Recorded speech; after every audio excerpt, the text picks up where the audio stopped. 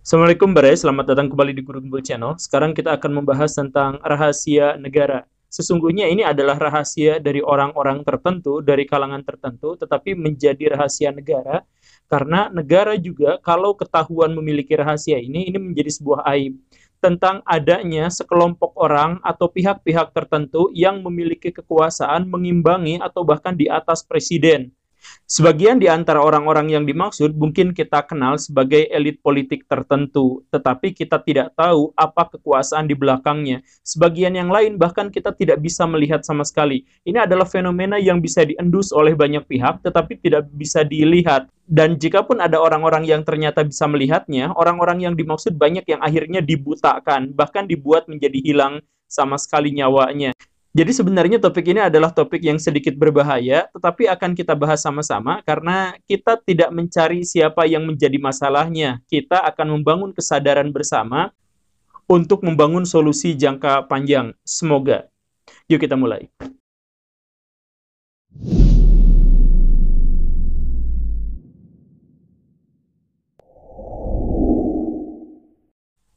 Kita mulai kasusnya dari Munir. Pada tahun 2004, dia sedang melakukan sebuah perjalanan ke Belanda. Di tengah jalan, di pesawat, dia sudah makan mie goreng, tiba-tiba mulai pusing, mulai mual, dia bolak-balik ke kamar mandi, kemudian tak lama kemudian dia meninggal dunia.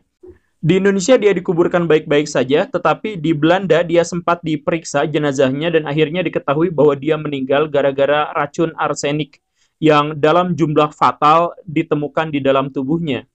Akhirnya disepakatilah bahwa Munir memang benar-benar dibunuh. Apa yang menyebabkan dia dibunuh? Dia adalah seorang aktivis yang luar biasa. Dia berusaha untuk membongkar kasus-kasus besar yang konon dilakukan oleh pihak-pihak tertentu, pejabat-pejabat tertentu, untuk mencederai demokrasi, untuk menghancurkan masyarakat yang berbicara, yang berani berbicara. Dan akhirnya ketika dia berusaha berbicara, mengungkap kondisi, mengungkap keadaan, dia pun akhirnya dilenyapkan. Munir akhirnya menjadi simbol perlawanan, tetapi masalahnya sampai sekarang kita tidak pernah tahu siapa yang membunuhnya. Orang yang membunuhnya itu adalah Polikarpus. Menurut pengadilan, dia kemudian setelah rangkaian pengadilan yang sangat panjang dan dramatis, dia divonis 14 tahun penjara dan kemudian akhirnya bebas. Sekarang dia sudah bebas. Apa alasan Polikarpus membunuh? Dia adalah seorang pilot biasa, tapi dia membunuh Munir.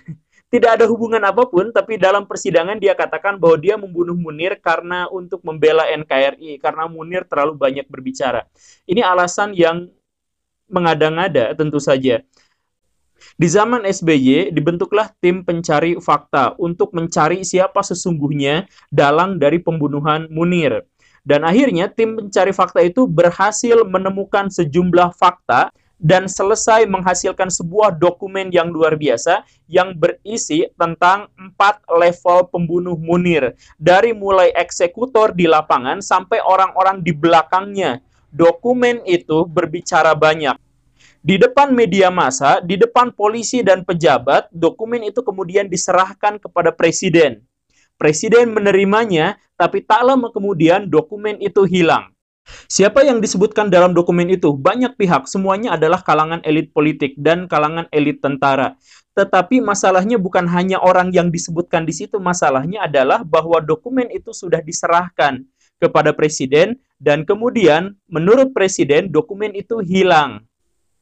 Jika dokumen itu memang benar-benar hilang, artinya ada pihak tertentu yang ada di dalam istana dan dialah yang menghilangkannya. Berarti orang yang dimaksud itu ada di dalam istana. Atau kalaupun tidak dalam istana, artinya orang itu sedemikian kuat sehingga pihak istana berusaha menghilangkan dokumen itu untuk tidak mengganggu-gugat orang yang dimaksud atau pihak yang dimaksud.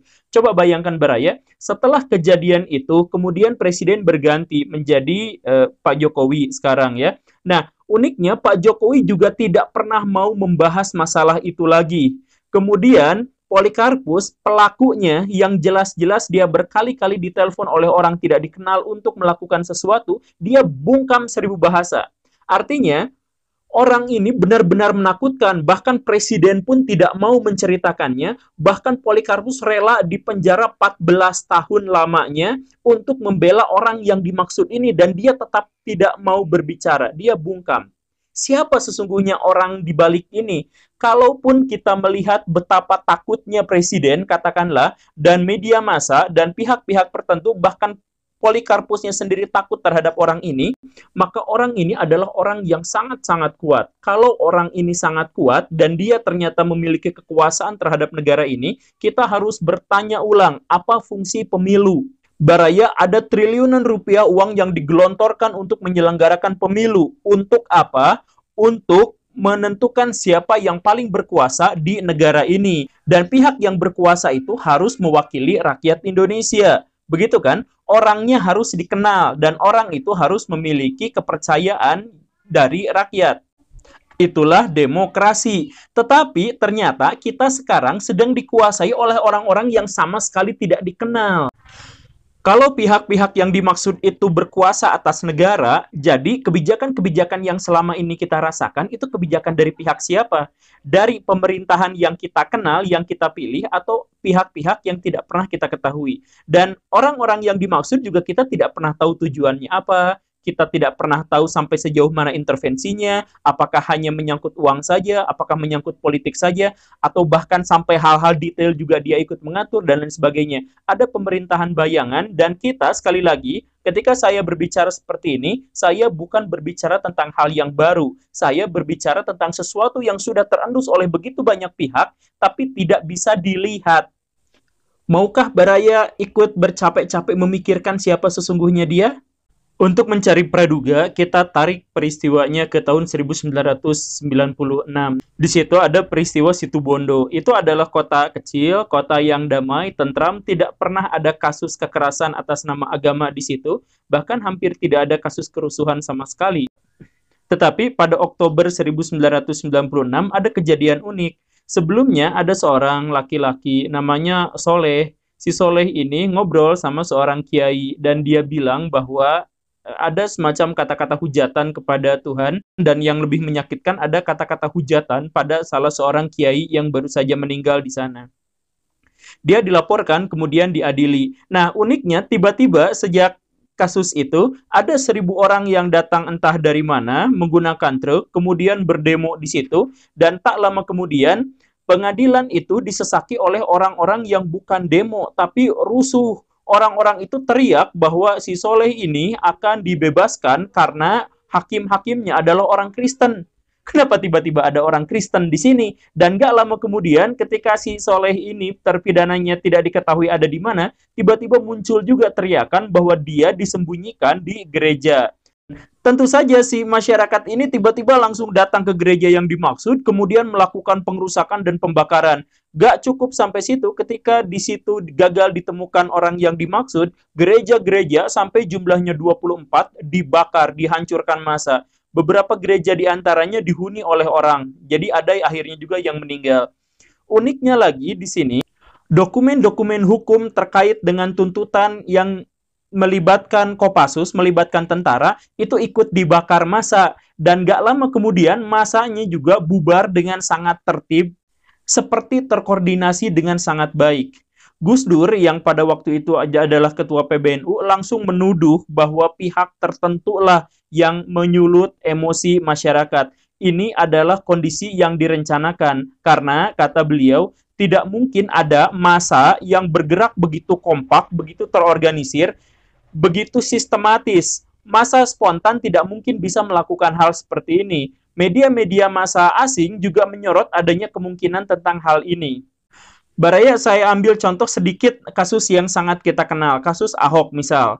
Ketika Ahok berbicara di depan orang-orang itu, mungkin banyak di antara orang-orang itu, mungkin ya, yang merasa tersinggung dengan pernyataan Ahok. Tetapi mereka tidak bergerak. Mereka bergerak itu setelah ada komando dari orang tertentu, dari pihak tertentu. Nah, maksudnya begini Baraya, massa spontan itu tidak mungkin bisa bergerak dengan sebuah koordinasi yang kuat, apalagi jumlahnya banyak. Kalau ada orang bergerak dengan jumlah yang banyak, dengan kondisi tertentu, maka dia pasti digerakkan. Jadi, kreditnya di sini adalah siapa penggeraknya. Kenapa harus incarannya 24 gereja di Situbondo? Kemudian kenapa ada dokumen-dokumen hukum yang ikut dibakar?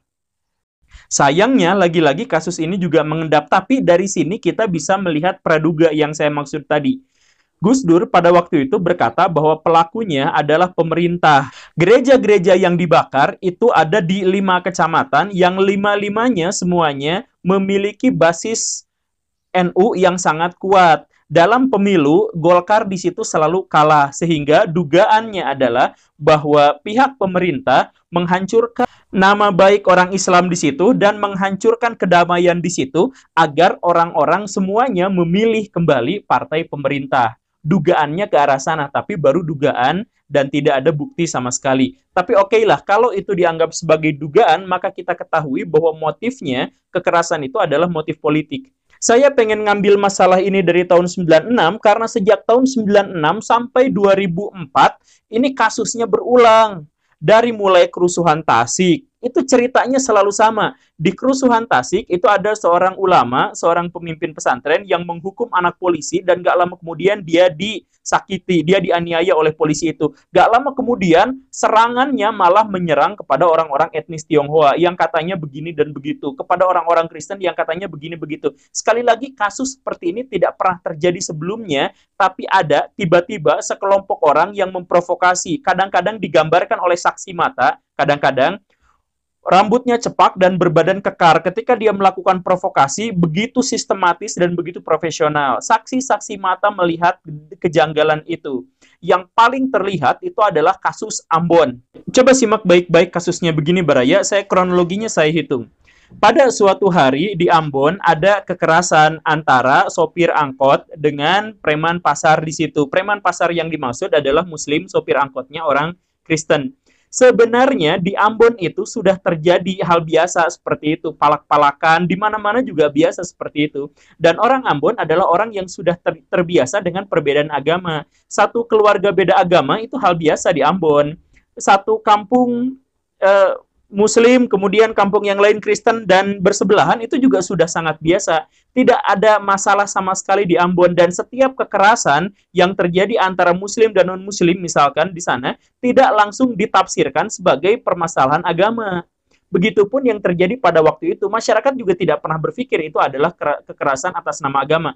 Tapi kejadian itu sekitar asar jam 3 sore tiba-tiba menyulut massa yang datang jam setengah 5 sore. Jam setengah 5 tiba-tiba muncul dari kelompok Kristen, jumlahnya banyak, sudah pakai syal, sudah berteriak ke sana ke sini, sudah bawa bom molotov, sudah bawa batu, sudah bawa parang dan sebagainya, nyerang kampung Muslim. Ini akhirnya menyulut orang-orang Muslim untuk melawan, nyerang balik, begitu selanjutnya terus-terusan. Baraya, bisakah massa yang tidak terkoordinir bisa bergerak hanya dalam waktu 1,5 jam? Ini aneh. Kemudian sepanjang kerusuhan itu, semua saksi mata melaporkan bahwa pihak berwenang dalam hal ini penegak hukum, polisi, dan lain-lain, ketika mendapatkan laporan dari masyarakat, mereka pasif. Aneh kan? Kemudian di lain sisi, orang-orang yang menyerang, banyak di antara mereka adalah orang-orang yang tidak dikenal. Orang Ambon itu, kan di sana populasinya sedikit dan mereka kekeluargaannya kuat. Jadi satu kampung dengan kampung yang lain itu kenal sekali gitu. Minimal kenal wajah.